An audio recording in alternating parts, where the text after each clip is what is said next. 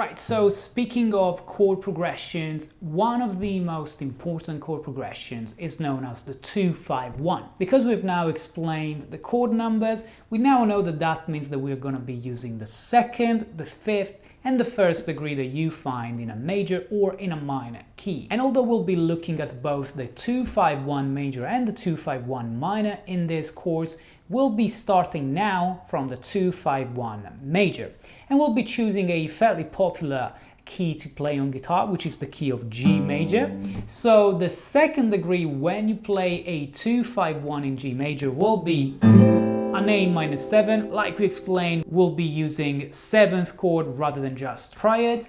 Then the 5 will be a dominant 7th, and that's the D7, and the 1 is the G major 7th. Okay, so these are all chords in terms of shapes and chord types that we already looked into in this course. So again, A minus 7, D7, and G major 7. Now this is going to be an interesting lesson because we'll be learning a chord progression, we'll be learning an R&B and neo-soul groove, an easy one using a 2-5-1 major in G major, but we'll be also looking at a more beginner option so that even the more beginners of you can actually practice a 2-5-1 major in G major, even if you don't know how to play finger picking, okay? But we'll be also looking at a more advanced way to play the 2-5-1 major for those of you who might be more advanced and more experienced on the finger picking. So we'll be using a more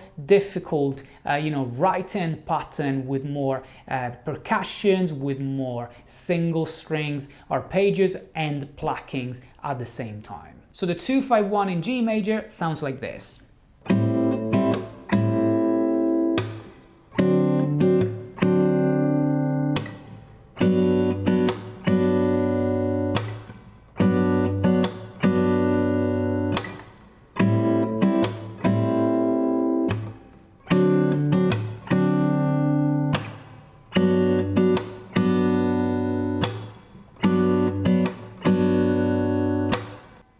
Right, so fairly simple, but let's not underestimate it because I cannot stress enough the 2-5-1 chord progression. It's such an important chord progression, such a popular chord progression for all styles that are into more jazzy sounds, and obviously R&B and neo-soul are indeed into more jazzy sounds, okay?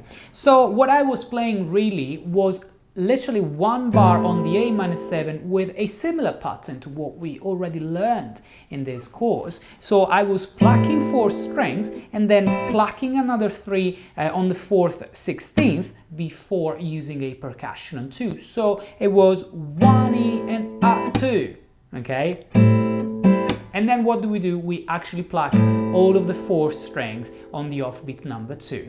And then another percussion on 4. So 1 E and a 2 and 3, 4. Okay, so that you can practice your percussions, practice your plucking, finger picking, and practice your chord positions. You can use this chord position or this one, as we know, every time you play a minus 7 chord. In this case, I liked this option because somehow it makes me feel more comfortable when then I have to move into the D7, but it's obviously up to you. Now, which strings am I actually plucking with my thumb, index, middle, and ring finger?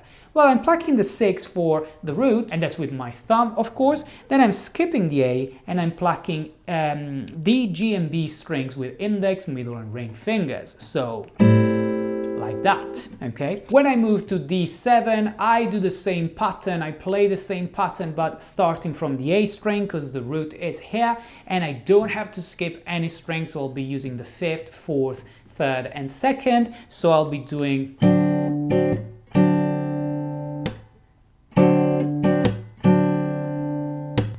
literally the same pattern. And then on G major 7, the strings are again 6th, 4th, 3rd, and 2nd. I'll be playing 2 bars of G major 7, and I'll be doing this.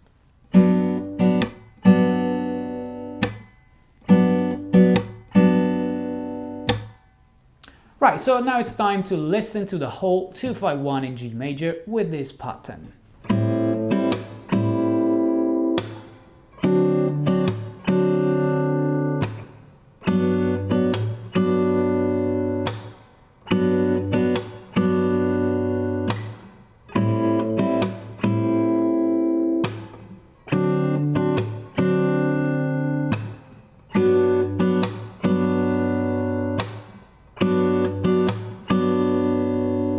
Okay, and now as I promised, let's look into a more beginner version of the same chord progression. So you can actually play the A-7 as an open chord, like this, literally just using 2 fingers, okay? And you can play a D7, keeping the first finger where it is, and playing this. So again, using the open D string, and then just 3 fingers to get your D7 in open position. And then for the G major 7, what I would suggest is first, give it a go with this position, okay, so that you can actually practice this major 7 position that we discussed.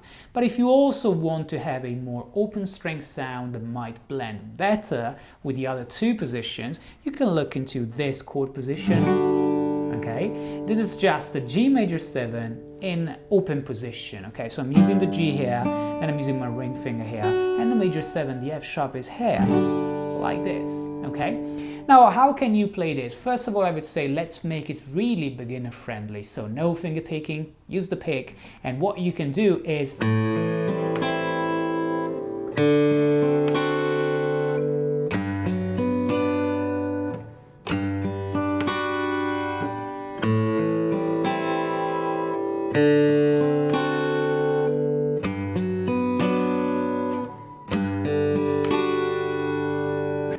so all I'm doing really is playing a 3-string arpeggio, so single strings, for instance on the A-7, A, D, G, and then an upstroke, okay? This upstroke should be played on 2, 3, or even 4 strings. I leave this completely up to you, and all together will sound, okay? I think of it in 16ths, so 1 E and up 2. On 2, I don't play any percussion, so you just let the chord ring, then 3 and 4 will be your D7, 3 E and A, okay? So all I do, I start my arpeggio from the D string, so I play D, G, B, and the upstroke, okay? And then I play the G major 7 like this, so doing 6th, 4th, and 3rd string before playing the upstroke. And then when I switch to this one, I do 6th, 3rd, and 2nd, and then the upstroke. So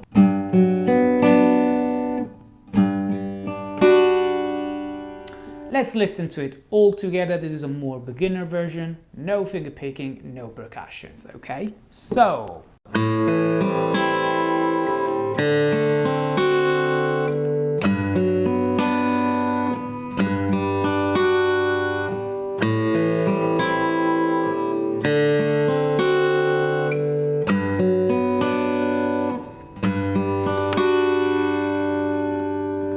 I don't mind it at all, it actually sounds really groovy and it's fairly simple to play. Right, but now let's go back to finger picking and let's have a look at a more complicated, a more advanced finger picking pattern. Okay, so we can play something like this.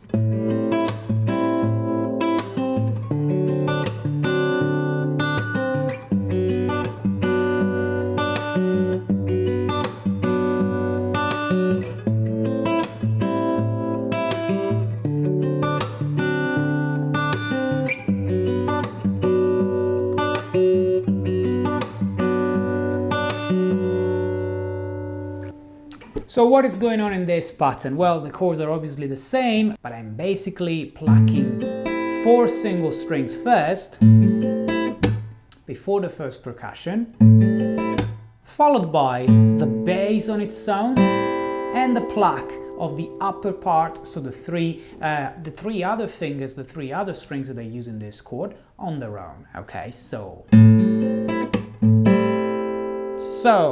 1 E and A, 2 E and, okay, then 3 is empty, then I repeat the bass again on the beat number 3, I play a single string, the B string with my ring finger, before hitting the percussion on the beat number 4, followed by 2 more sounds, one on the G string and one on the bass. The one on the G string, depending on the chord that you're playing, you guys can actually change it. You can play the D string as well as the G string. That's completely up to you, as long as it's only 1 string before you repeat the bass, okay? So 1 E and A, 2 E and A, 3 E and A, 4 E and.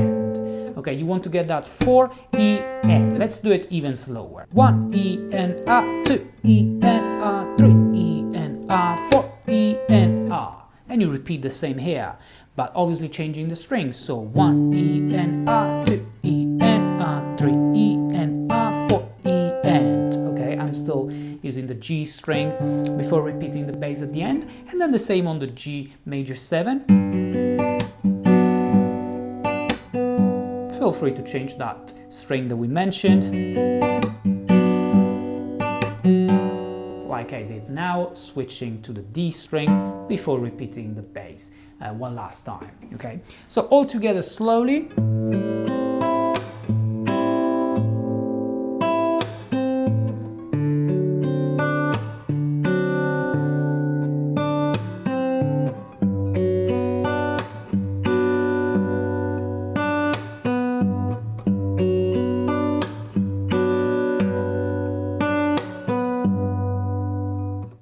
And now, pretty much the tempo I was playing before,